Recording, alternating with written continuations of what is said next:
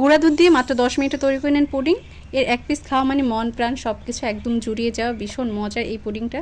আসসালামু আলাইকুম, আশা করছি আজকের রেসিপিটা আপনাদের ভালো লাগবে। যদি ভালো লাগে অবশ্যই একটা লাইক দিবেন আর আমাকে সাপোর্ট করার জন্য আমার ভিডিওটা বেশি বেশি শেয়ার করুন। পুডিং তৈরি করে নেওয়ার জন্য আমি এখানে 3টা ডিম নিয়ে নিচ্ছি, তবে আপনারা এর পরিমাণটা বাড়িয়ে কমিয়ে নিতে পারেন। তবে ডিমের পরিমাণ যদি বাড়িয়ে কমিয়ে নেন সেক্ষেত্রে দুধের পরিমাণটাও বাড়িয়ে কমিয়ে নিতে হবে।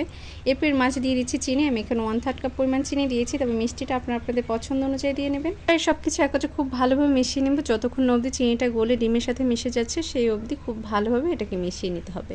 মিশিয়ে নেওয়া এই পর্যায়ে দিয়ে দিচ্ছি ভ্যানিলা এসেন্স। আপনারা চাইলে কয়েক ফোঁটা লেবুর রসও দিতে পারেন, এতে করে ডিমের যে একটা স্মেল আছে এক্সট্রা সেইটা আর আসবে না।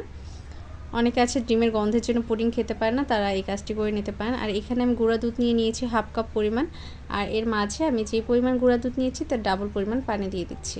মানে 1/2 কাপ দুধের জন্য আমি 1 কাপ পরিমাণ পানি দিয়েছি। এবারে সব কিছু একত্রে খুব ভালোভাবে মিশিয়ে নিচ্ছি।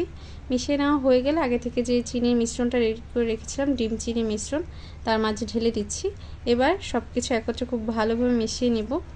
পুডিং তৈরি করে নেওয়া খুবই সহজ, আপনারা চাইলে যখন তখন ঝটপট বাচ্চাদের তৈরি করে দিতে পারবেন। এই গরমে এরকম একটা পুডিং খেতে তো ভীষণ ভালো লাগে, ঠান্ডা ঠান্ডা পুডিং, আর আমার বাচ্চা তো খুবই পছন্দ করে। এবার সব কিছু একত্রে খুব ভালোভাবে মিশিয়ে নিলাম। মিশিয়ে নেওয়া হয়ে গেলে এটাকে একটা সাইডে রেখে দিয়ে আমি পুডিং তৈরির জন্য ক্যারামেলটা রেডি করে নেব। এই জন্য এখানে 1/4 কাপ পরিমাণ চিনি নিয়েছি আর সামান্য পরিমাণ পানি দিয়ে ক্যারামেলটা তৈরি করে নিচ্ছি। সামান্য পরিমাণ পানি দিয়ে ক্যারামেলটা তৈরি করে নিলে সময় নিয়ে তৈরি করে নেওয়া যায়, এতে করে পারফেক্ট একটা ক্যারামেল তৈরি করে নেওয়া যায়। চুলা আঁচটা বাড়িয়ে নিয়ে ক্যারামেলটা তৈরি করে নিচ্ছি। আর এই পর্যায়ে যখন এমন একটা কালার চলে এসেছে সেই পর্যায়ে চুলা আঁচটা বন্ধ করে দিচ্ছি, তা না হলে আবার পুরো কালো তিতো হয়ে যাবে। এবার যে পাত্রে আমি পুডিংটা সেট করব সেই পাত্রে ঢেলে নিচ্ছি। ঢেলে নেওয়া হয়ে গেলে হাতের সাহায্যে একটু ছড়িয়ে নিলেই হয়ে যাবে। গরম থাকা অবস্থায় এই কাজটি করে নিতে হবে, যদি ঠান্ডা হয়ে যায় সেক্ষেত্রে আবার আপনি ঠিকঠাকভাবে ছড়িয়ে নিতে পারবেন না। তাই চেষ্টা করবেন গরম থাকা অবস্থায় এই কাজটি করে নিতে। আমি হাতের সাহায্যে খুব ভালোভাবে ছড়িয়ে নিয়েছি। এবার এটাকে কয়েক সেকেন্ডের জন্য রেখে দিলেই সেট হয়ে যাবে, কারণ এটা সেট হতে খুবই অল্প সময় লাগে। যখন সেট হয়ে যাবে সেই পর্যায়ে দুধ ডিমের যে মিশ্রণটা ছিল সেটা ঢেলে দিচ্ছি। একটি ছাঁকনির সাহায্যে ছেঁকে নিচ্ছি, এতে করে এর ভিতরে যদি কোনো লাঞ্চ থেকে থাকে সেগুলো বাইরে বেরিয়ে আসবে।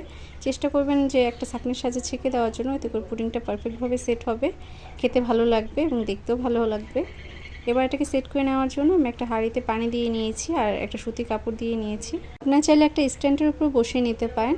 এরপরে এই যে পাত্রে আমি পুডিংটা সেট করব সেই পাত্রে অর্ধেকটা পরিমাণ পানি দিয়ে নিয়েছি। খুব বেশি পরিমাণ পানি দেওয়া যাবে না, সেক্ষেত্রে যখন পানিটা ফুটে উঠবে সেক্ষেত্রে পুডিংয়ের ভিতরে ঢুকে যাওয়ার চান্স আসতে। আবার যখন পানিটা কম যদি দেন সেক্ষেত্রে আবার পুডিংটা সেট হতে অনেক সময় লাগবে, তাই পানির পরিমাণটা বুঝে শুনে দিবেন, এতে করে খুব অল্প সময়ে পুডিংটা সেট হয়ে যাবে।